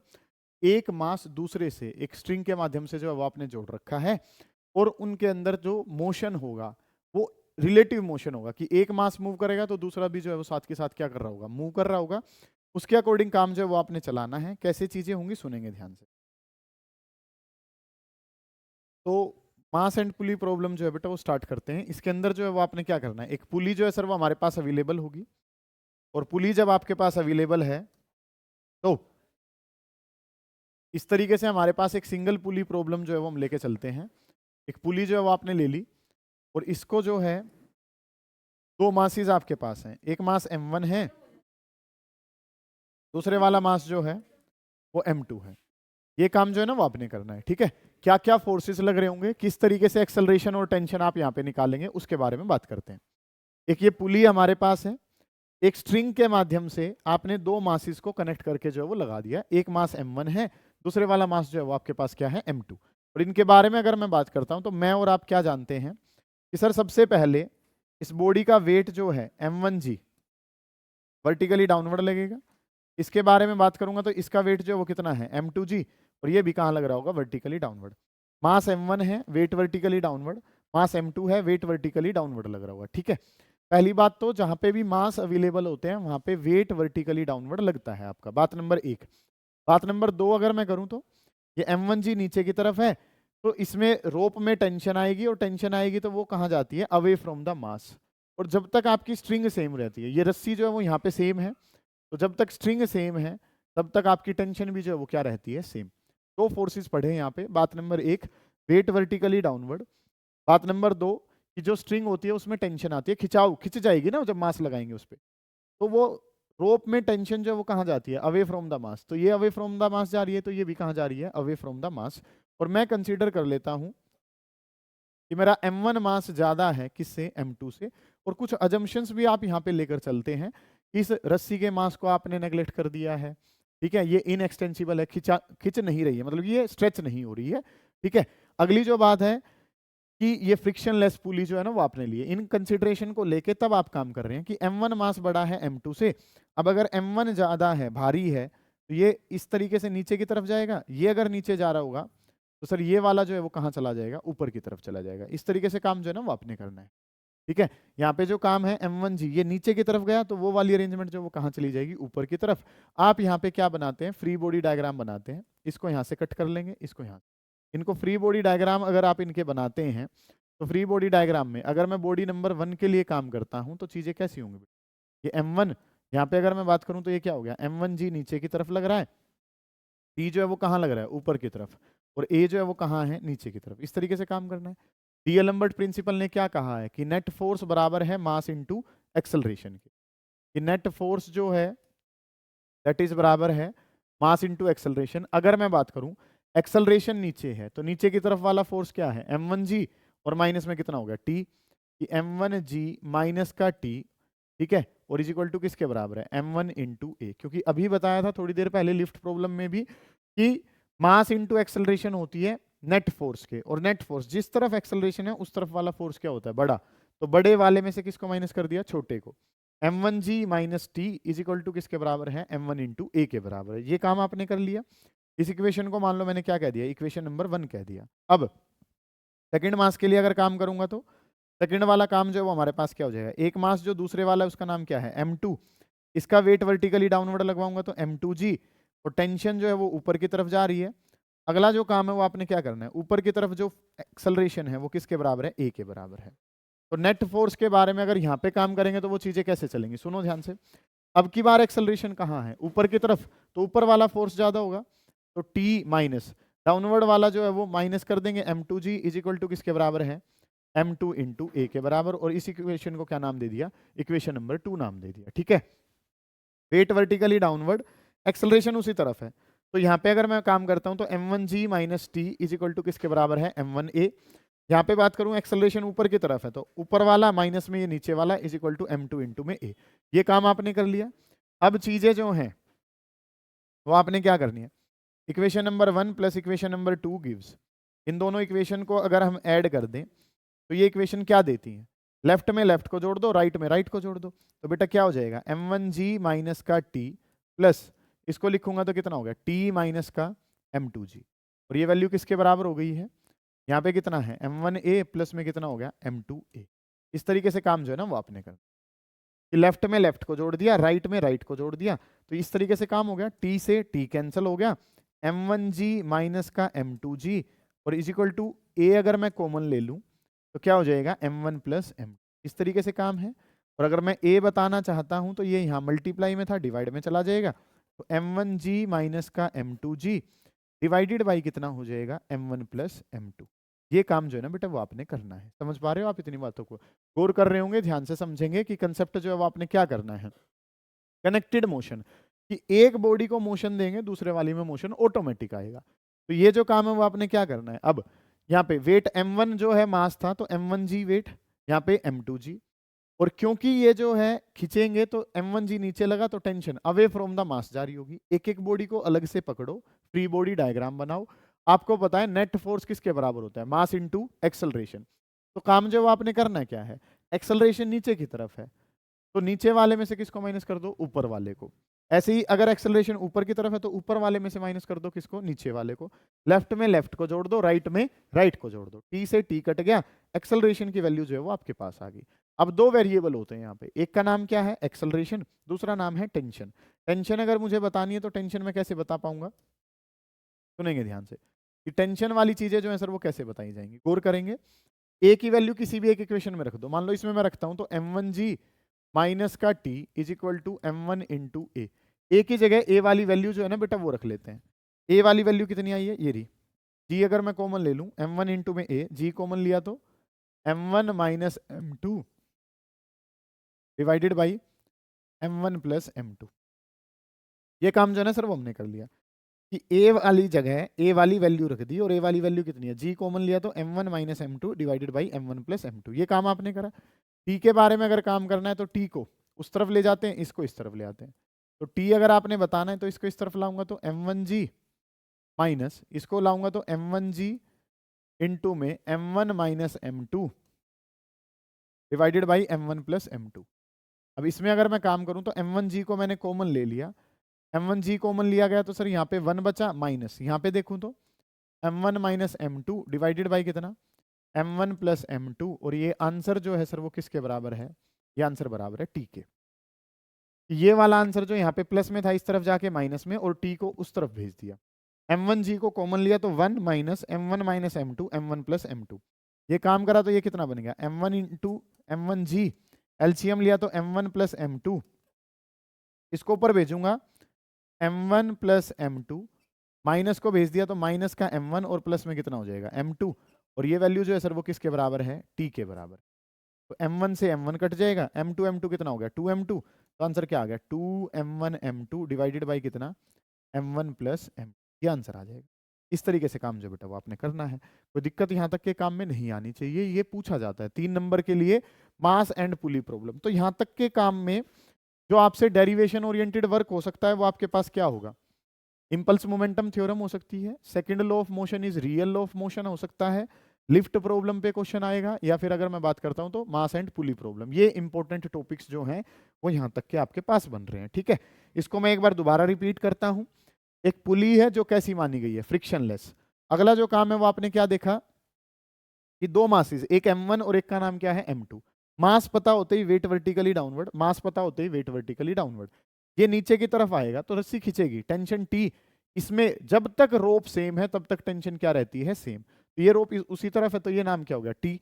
दोनों बॉडी का फ्री बॉडी डायग्राम जो है वो आपने बनाना है। कैसे कि नेट फोर्स बराबर होता है मास इनटू एक्सेलरेशन। अगली बात क्या पता है बेटा, जिस तरफ एक्सेलरेशन होती है उस तरफ वाला फोर्स क्या होता है, ज्यादा। बड़े में से किसको माइनस कर दो, छोटे। माइनस क्यों कर रहे हो, अपोजिट डायरेक्शन है। यहाँ पे एक्सेलरेशन इस तरफ है तो ये वाला बड़ा माइनस छोटा is equal to mass into acceleration. Left में लेफ्ट को, राइट में राइट को, जो कटता है काट दिया, जो बचा है ए आया। ए आया एक इक्वेशन में फेंक दिया, क्या आंसर किसका आ गया, टी का आंसर जो है वो आपके पास आ जाएगा। समझ पाए आप इतने काम को, ये काम जो है वो आपने करना है। अब इसके बेसिस पे हम क्या कर रहे होंगे, न्यूमेरिकल्स जो है वो लगा रहे होंगे। इतने काम को जो है वो आप स्क्रीनशॉट लेके करेंगे एक बार जो है। ठीक है, अगला जो काम है, अब जो काम करवाया है उनके बेसिस पे कुछ अच्छे सवाल होंगे जिनके बारे में आपने काम करना है। ये भी मोस्ट फ्रीक्वेंटली आस्क्ड क्वेश्चन रहेंगे, इन पे भी ध्यान जो है वो आप देंगे। Machine gun Fyers a bullet of mass 40 ग्राम। एक बुलेट है जिसका मास जो है सर वो कितना दे रखा है, 40 ग्राम। अब 40 ग्राम अगर है तो किलोग्राम में इसको कन्वर्ट करते हैं। 40 डिवाइडेड बाई क्या कर लिया, 1000, कैंसिल हो गया। ठीक है, 4/100 लिख लेते हैं। ठीक है, आगे फर्दर जो है वो नहीं कर रहे हैं इसको। ठीक है, केजी में कर लिया। With a speed of, speed कितनी दे रखी है आपको, 1200 मीटर पर सेकंड जो है वो आपको क्या दे रखी है, इसकी स्पीड दे रखी है। Person holding the gun can exert a maximum force. Person जो गन को होल्ड कर रहा है वो कितना फोर्स जो है वो एक्सर्ट कर सकता है, 144 Newton on it. What is the maximum number of bullets that can be fired पर सेकंड। पर सेकंड का मतलब टाइम जो है सर वो कितना दे रखा है, 1 सेकंड के। इस तरीके से काम कह रखा है। तो हमने क्या मान लिया, नंबर ऑफ गन्स, वो बुलेट्स जो है वो आपको बतानी है। तो मैक्सिमम नंबर ऑफ बुलेट्स जो है वो हमने मान ली। लेट अस कंसीडर कि नंबर ऑफ बुलेट्स जो है वो किसके बराबर है, n के। ठीक है, फोर्स है, टाइम है, मास है, मोमेंटम है।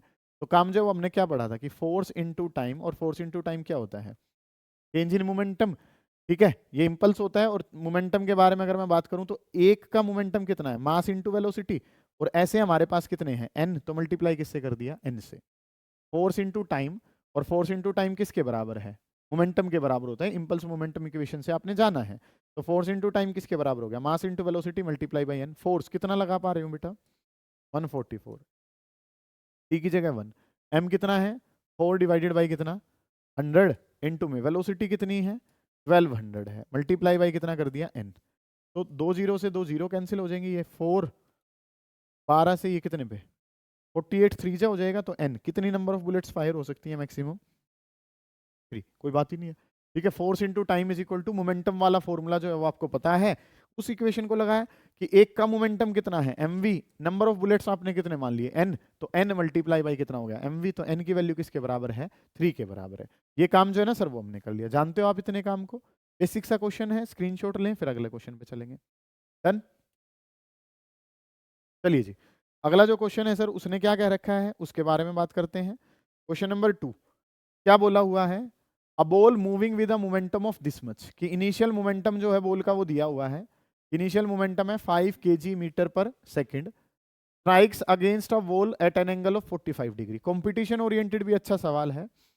और reflected back at the same angle, calculate the change in momentum. सुने ध्यान से, एक वॉल जो है वो दिखा रखी है, ऐसे करके एक वॉल जो है वो है, एक बॉल आती है, टकराती है, और टकराने के बाद उसी एंगल पे वापस चली जाती है।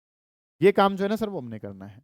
ठीक है, गौर कर रहे होंगे कि कंसेप्ट जो है वो क्या कह रखा है कि यहाँ पे पी मोमेंटम से वो आई है, और क्वेश्चन ने क्या कह रखा है कि वो स्ट्राइक करती है wall at an angle of 45 degree. Wall से वो टकराती है, और वॉल से कितने एंगल पे टकराती है? 45 डिग्री। ध्यान से समझे, एक वॉल आपने ली पहले, ये आपके पास एक वॉल है, एक बॉल आई टकराई, कितने मोमेंटम से? पी मोमेंटम जो मैंने मान लिया, at an angle of 45 degree. Wall से टकराती है 45 डिग्री के एंगल से, तो हॉरिजॉन्टल के साथ भी एंगल 45 ही रहेगा, कोई इशू नहीं है सर। ये तो हॉरिजॉन्टल से भी एंगल जो है वो किसके बराबर है? 45।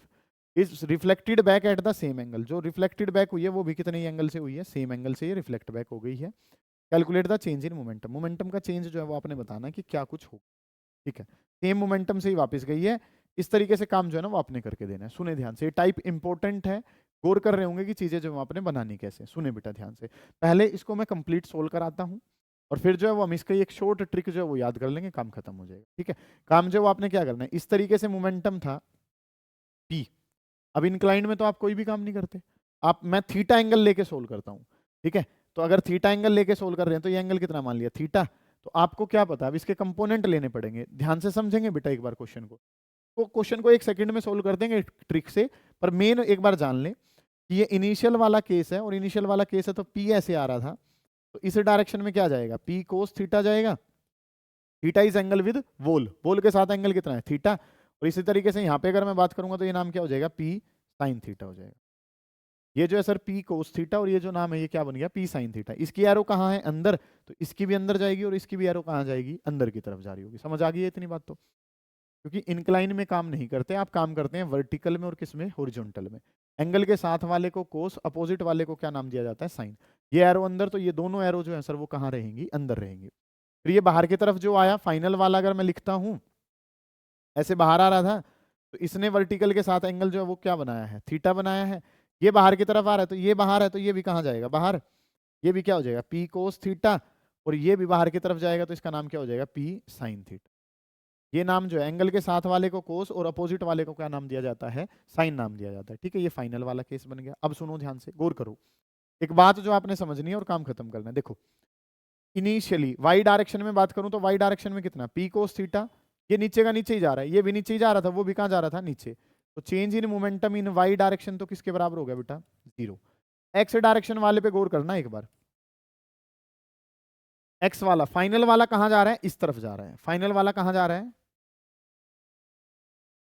फाइनल वाला जो है वो कहाँ जा रहा है? फाइनल वाली वैल्यू जो है वो कहाँ जा रही है? इस तरफ जा रही है। और इनिशियल वाली कहाँ जा रही है? इस तरफ। डायरेक्शन बदल गई है। देखो वाई वाले को चेक करो, पहले भी कहाँ जा रहा है? नीचे।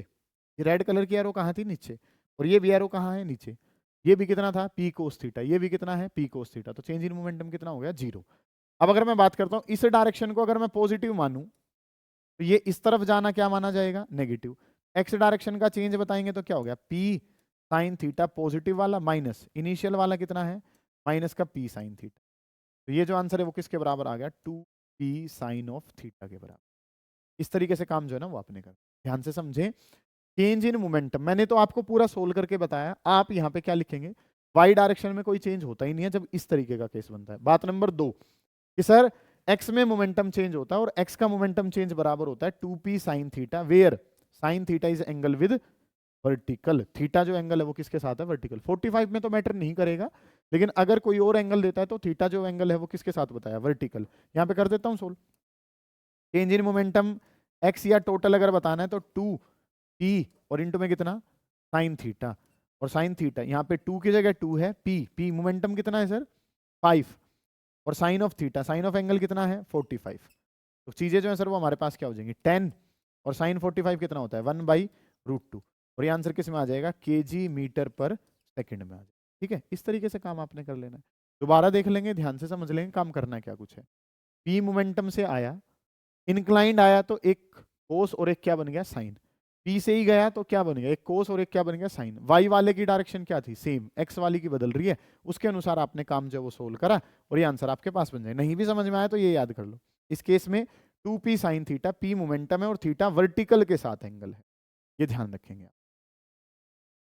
अगला जो क्वेश्चन है, नेक्स्ट क्वेश्चन पे अगर हम चलें तो अगला जो सवाल है वो आपको क्या कह रखा है, अच्छा फोर्स टाइम ग्राफ जो है वो फिगर में दिखाना था, तो शायद गलती से नहीं दिखाया गया, मैं बना देता हूँ आपके लिए और उसके अनुसार काम जो है ना फिर हम कर रहे होंगे। सुने ध्यान से, डाटा जो है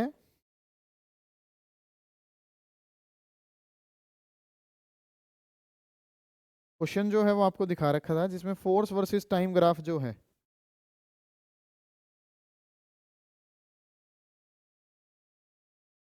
फिगर जो है वो नहीं बन पाई है, कोई नहीं, पहले एक बार जो है वो फिगर वाला क्वेश्चन जो है इसको बाद में कर लेंगे, फिर ग्राफ जो है वो मैं ढूंढ के एक बार बुक से बना के और फिर जो है इस क्वेश्चन को करवा दूंगा। ठीक है, इनकम्प्लीट क्वेश्चन है वो, ग्राफ रह गया उसको करवा देता हूँ। चलिए जी, अगला जो काम है वो क्या कर रखा है, ये क्वेश्चन भी नीट ओरिएंटेड काफी फेमस क्वेश्चन है, सुने ध्यान से। बॉडी ऑफ मास 1 kg, एक बॉडी जिसका मास कितना था 1 kg, वो 1:1:3 के 3 मासिस में टूट जाती है। टोटल कितना है 1 kg, और टूट गया है किस में 3 हिस्सों में, कैसे 1:1:3 ऐसे। तो इसको अगर x बोलूं तो ये भी x है और ये कितना है 3x है, तो इन तीनों का सम x जमा 3x किसके बराबर है 1 के, तो 5x किसके बराबर है 1 के, और x अगर बताना है तो x कितना है 1/5 kg, ऐसे करके काम है। तो पहले वाला मास जो है वो कितना हो गया 1/5, दूसरे वाला मास जो है वो भी कितना है 1/5, और तीसरे वाला मास जो है वो कितना हो गया 3 रेशियो का था तो 3/5 kg। इस तरीके से काम जो है ना वो आपने करना है। सुनेंगे ध्यान से कि टोटल मास कितने का था 1 kg का, वो 3 हिस्सों में टूट गया 1:1:3 में, तो x x 3x ये माना, x x 3x माना, और वो टोटल सम किसके बराबर है 1 kg के बराबर है। तो 5x किसके बराबर है 1, x बताना है तो कितना हो गया 1/5, ये 1/5, ये 1/5, और ये कितना हो गया 3/5। इस तरीके से काम जो है वो आपने कर लिया। अगला जो काम है, दो पीस जो इक्वल मास के हैं वो fly off perpendicular to each other, जो इक्वल वाले दो हैं वो परपेंडिकुलर चले जाते हैं ऐसे, ये 1/5 वाला और ये 1/5 वाला मास दोनों एक दूसरे पे कैसे जाते हैं परपेंडिकुलर जाते हैं। स्पीड दे रखी है 30, इसकी भी स्पीड 30 है और इसकी भी स्पीड जो है वो किसके बराबर है 30 के बराबर है। 30 what is velocity of heavier fragment, ये बताना है। तो बेटा आपको क्या पता है, बॉडी इनिशियली किस पे थी रेस्ट पे, इनिशियली अगर रेस्ट पे थी तो इनिशियल जो मोमेंटम है सर वो किसके बराबर है 0 के बराबर। बॉडी अगर इनिशियली रेस्ट पे थी तो इनिशियल मोमेंटम कितना है 0, और अगर इनिशियल मोमेंटम 0 है तो सर फाइनल मोमेंटम भी जो है वो किसके बराबर होगा 0 के बराबर। इनिशियल अगर 0 है तो फाइनल भी कितना होगा 0। अब इन दोनों का मोमेंटम, इसका मोमेंटम p इस तरफ जाएगा, इसका इस तरफ जाएगा, दोनों का रिजल्टेंट बताऊंगा तो दोनों का रिजल्टेंट जाएगा इस तरफ p12, और इसको नेट को अगर 0 करना है तो p3 इसके अपोजिट जाना चाहिए, ये आंसर किसका होगा p3 का। ऐसे करके काम करना है कि आपको क्या करना है, 1 किलो के 3 हिस्से बनाओ 1:1:3 में, तो x x 3x is equal to कितना 1, 5x इज इक्वल टू 1, तो x कितना 1/5, एक मास 1/5 का, दूसरा भी 1/5 का, थर्ड वाला जो है वो 3 रेशियो में था तो कितना बन गया 3/5। क्वेश्चन ने क्या कहा है कि दो पैरेलल जो इक्वल वाले हैं वो परपेंडिकुलर चले जाते हैं, 1/5 वाला भी 30 से, 1/5 वाला भी 30 से, तो मोमेंटम इसका भी p इसका भी p, दोनों का रिजल्टेंट दोनों के कहां से जाएगा बीच से, दोनों का रिजल्टेंट दोनों के बीच से जाएगा, तो इसके जस्ट अपोजिट कौन सा जाना चाहिए तीसरा। क्यों, क्योंकि इनिशियल मोमेंटम 0 था तो फाइनल वाला भी क्या रहेगा 0। या एक छोटी सी ट्रिक इसकी याद कर लें, कि थर्ड वाला जो मोमेंटम इस बोम वाले क्वेश्चन में रहता है वो बराबर होता है under root p1 square plus p2 square का रूट। इस तरीके से काम होता है, ये आप याद कर लेंगे। इसका मास कितना है 1/5, वेलोसिटी कितनी है 30। तो अगर इसको लिखता हूं तो 1/5 इंटू 30 करूंगा तो इसका मोमेंटम किसके बराबर है 6 के।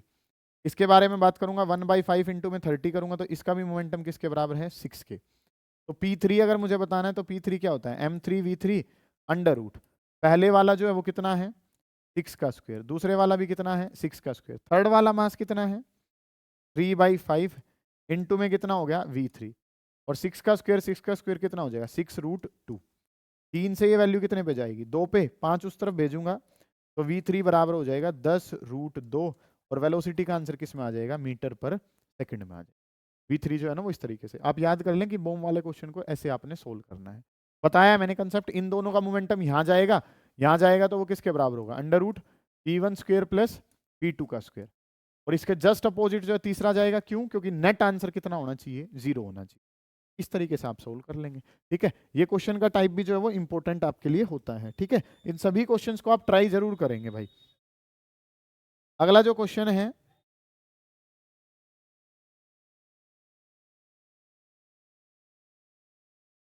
ठीक है, ये क्वेश्चन जो है वो आपने कर लिया। इसके बाद जो है इस वाले क्वेश्चन का डायग्राम एक बार मैं लिखता हूं, तो इस वाले क्वेश्चन को जो है ना वो हम कर लेते हैं। ठीक है, सुनेंगे ध्यान से कि चीजें जो आपने बनानी कैसे हैं।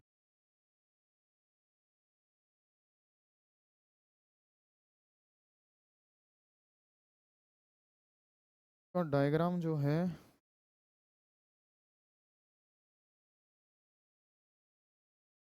चलिए ये क्वेश्चन जो है वो मैं बना देता हूं एक बार। ग्राफ ओरिएंटेड क्वेश्चन है, ग्राफ का भी आ जाए तो आप कर पाओगे क्वेश्चन को, है ना। यहाँ पे आपको फोर्स दिखाया हुआ है, ऐसे करके काम है। ठीक है, गलती से जो वो ग्राफ रह गया इस क्वेश्चन में, ये जो काम है इस तरीके से क्वेश्चन जो है वो थोड़ा सा दिखा रखा है आपको। इस तरीके से ग्राफ जो वो दिया हुआ है और ग्राफ के कोऑर्डिनेट्स जो है फोर्स वर्सेस टाइम का ग्राफ जो वो दिखा रखा है। टाइम है सेकंड में, फोर्स है न्यूटन में और आगे जो चीजें हैं वो क्या कह रखी हैं, यहाँ पे नाम दे दिया ए, ये नाम दे दिया बी और ये नाम जो है वो क्या दे दिया सी और ये नाम जो है वो किसके बराबर है डी के बराबर है। ये जो कट दे रखा है यहाँ पे ये दे रखा है 1.5 सेकंड। अगला जो काम है बेटे आवाज ना करें ध्यान से समझे, ये जो काम है सर वो आपके पास क्या है 2.5 का टाइम दे रखा है। यहाँ पे जो टाइम है ये यहाँ पे कट जो दे रखा है ये दे रखा है 3 का और ये जो कट है ये आपको क्या दिखा रखा है 4 का। इस तरीके से काम जो है वो आपको क्वेश्चन ने कह रखा है और आपको क्या कहा है the initial speed of body of mass 2 kg। ये जो मास है ये किसके दे रखा है 2 kg के बराबर है। इनिशियल स्पीड जो वो कितनी थी 5 मीटर पर सेकंड है। Force acts for 4 second in the direction of motion of the body. Force time graph दिखा रखा है। इंपल्स और फाइनल स्पीड जो है ना वो आपने बता, इश्यू नहीं है। इंपल्स के बारे में अगर मैं बात करता हूं तो मैं और आप क्या जानते हैं कि इंपल्स जो है वो हमारे पास क्या होता है फोर्स इनटू टाइम। और फोर्स के बारे में अगर मैं बात करूं तो बेटा फोर्स कहाँ लिख रखा है वाई एक्सिस पे और टाइम कहाँ लिख रखा है एक्स एक्सिस पे। ध्यान से समझे, शाबाश। कि ये फोर्स और ये जो है ये क्या है टाइम, एक वाई एक्सिस पे और एक कहाँ है एक्स पे। Force into time Y into X, और वाई इंटू एक्स का मतलब क्या होता है area under the graph. Area of graph जो है वो हमारे पास क्या बन जाएगा इंपल्स के बराबर होगा। ठीक है, क्योंकि वाई एक्सिस पे क्या है एफ, एक्स एक्सिस पे क्या है टाइम जो है ना वो अवेलेबल है। फोर्स इंटू टाइम करा तो वो क्या होता है इंपल्स होता है और इंपल्स किसके बराबर है एरिया के। अब अगर मैं यहाँ पे काम करूं तो इस ग्राफ का एरिया बताना है तो एक ट्राइंगल ये मेरे पास बनी है, ये मेरे पास एक रेक्टेंगल बना हुआ है, यहाँ पे जो एक ट्रेपीजियम है और फिर से क्या है एक रेक्टेंगल मेरे पास है। और इनमें फोर्स के कोऑर्डिनेट्स जो हैं, फोर्स वाले कोऑर्डिनेट्स अगर मैं आपको बताऊं तो यहाँ पे लिख रखा है इसने 3 और यहाँ पे जो है ये वाला जो कटा ये है 2 पे अभी। ठीक है जी, अब अगर इस वाली ट्राइंगल के बारे में बात करूं तो एरिया अगर बताना है तो इसको क्या लिख लिया एरिया नंबर 1, ये एरिया नंबर 2, एरिया नंबर 3 और ये क्या है एरिया नंबर 4 है। ठीक है, एरिया 1 2 3 4 ऐसे करके काम करना है। ट्राइंगल वाला area half into base, base की जगह कितना है 1.5, हाइट की जगह कितना है 3, हाफ इंटू बेस इंटू में कितना है हाइट। दूसरे वाला क्या है रेक्टेंगल, रेक्टेंगल की विड्थ देखो बेटा 1.5 से 2.5 1 है, हाइट किसके बराबर है 3 प्लस ट्रेपीजियम वाला देखोगे तो half sum of parallel side, ये वाली साइड 2 ये वाली side 3, sum of parallel side 2 जमा 3 कर लिया इंटू में हाइट। हाइट जो है 2.5 से 3 तक जा रहा हूं तो कितना हो गया 0.5 प्लस ये फिर से एक रेक्टेंगल है 1 मल्टीप्लाई बाई कितना हो गया 2। समझ पा रहे हो आप मेरी बात को? आपको इम्पल्स चाहिए, इम्पल्स का मतलब फोर्स इंटू टाइम चाहिए। फोर्स इंटू टाइम जो है फोर्स वाई पे है, टाइम एक्स पे है। वाई इंटू एक्स क्या होता है? ग्राफ का एरिया। इस ग्राफ में 4 एरिया बन रहे हैं सर, कोई रेक्टेंगल है, कोई ट्राइंगल है, कोई ट्रेपीजियम है, उसके अनुसार आपने लेंथ और ब्रेड्थ की मल्टीप्लाई कर ली। ये कितना हो जाएगा 2.25 हो जाएगा। ये कितना है 3 हो जाएगा। ये 2.5 इंटू में 0.5 करूंगा तो 1.25 होगा। सही है। ये 5/2 2.5 की मल्टीप्लाई 0.5 से करी तो 1.25। ओके रिपोर्ट है। कोई कैलकुलेशन की मिस्टेक है तो आप बताएंगे। ये कितना हो गया 2 3 6 8 8.5 और इम्पल्स की यूनिट क्या होती है? न्यूटन इंटू में सेकंड होती है। ठीक है, इम्पल्स बताना था, बता दिया। फाइनल मोमेंटम क्या होगा? यूजिंग इम्पल्स मोमेंटम थ्योरम उसने क्या कहा है कि फोर्स इनटू टाइम किसके बराबर होता है? फाइनल मोमेंटम माइनस में कितना? इनिशियल। फोर्स इनटू टाइम तो बेटे अभी बताया किसके बराबर है? 8.5। फाइनल मोमेंटम बताना है इनिशियल वाला। इनिशियल वाला मास और वेलोसिटी 2 इंटू में 5 जो है ना वो आपने लिख लिया। इसको लिखेंगे तो 8.5 is equal to P final और माइनस में कितना हो गया 10। माइनस को प्लस में ले जाऊंगा तो आंसर कितना हो जाएगा 18.5 kg मीटर पर सेकंड इज इक्वल टू क्या हो जाएगा पी फाइनल। अच्छा सवाल है बेटा, लेवल ठीक रखेगा टीचर तो इस टाइप के क्वेश्चन देगा। आपको क्या करना है? फोर्स मल्टीप्लाई बाई टाइम करना है तो ग्राफ का एरिया बता दिया। ग्राफ का एरिया जो है वो क्या देगा आपको यहाँ पे? इम्पल्स। फिर इम्पल्स मोमेंटम थ्योरम लगाई जिसने क्या कहा कि इम्पल्स बराबर है चेंज इन मोमेंटम के, जिसमें फोर्स इंटू टाइम वाली वैल्यू 8.5 आई थी। फाइनल मोमेंटम माइनस 2 इंटू में 5 करा 10, माइनस में 10 है इस तरफ आके प्लस 8.5 प्लस 10 करूंगा तो क्या आ गया? फाइनल मोमेंटम आ जाएगा। ये काम करना है। ये चैप्टर जो है वो हमारा कौन सा? न्यूटन लॉज ऑफ मोशन जो है वो भी कंप्लीट है, जिसमें आपने momentum, impulse, impulse momentum theorem, उसके बाद आपने क्या देखा? Newton's laws of motion. Second law of motion is real law of motion. Connected motion में आपने लिफ्ट प्रॉब्लम और किसके बारे में बात करी? फिर जो मास एंड पुली प्रॉब्लम, और उनके मेन मेन क्वेश्चन जो है वो आपने कर लिए। इनके अलावा चांसेस बहुत कम है कि कोई और क्वेश्चन आए। ज्यादातर सवाल आपके यहीं से ही बन रहे होंगे। ठीक है, कर लेंगे आप इस चैप्टर को। कोई दिक्कत आती है तो आप पूछ लेंगे। ठीक है।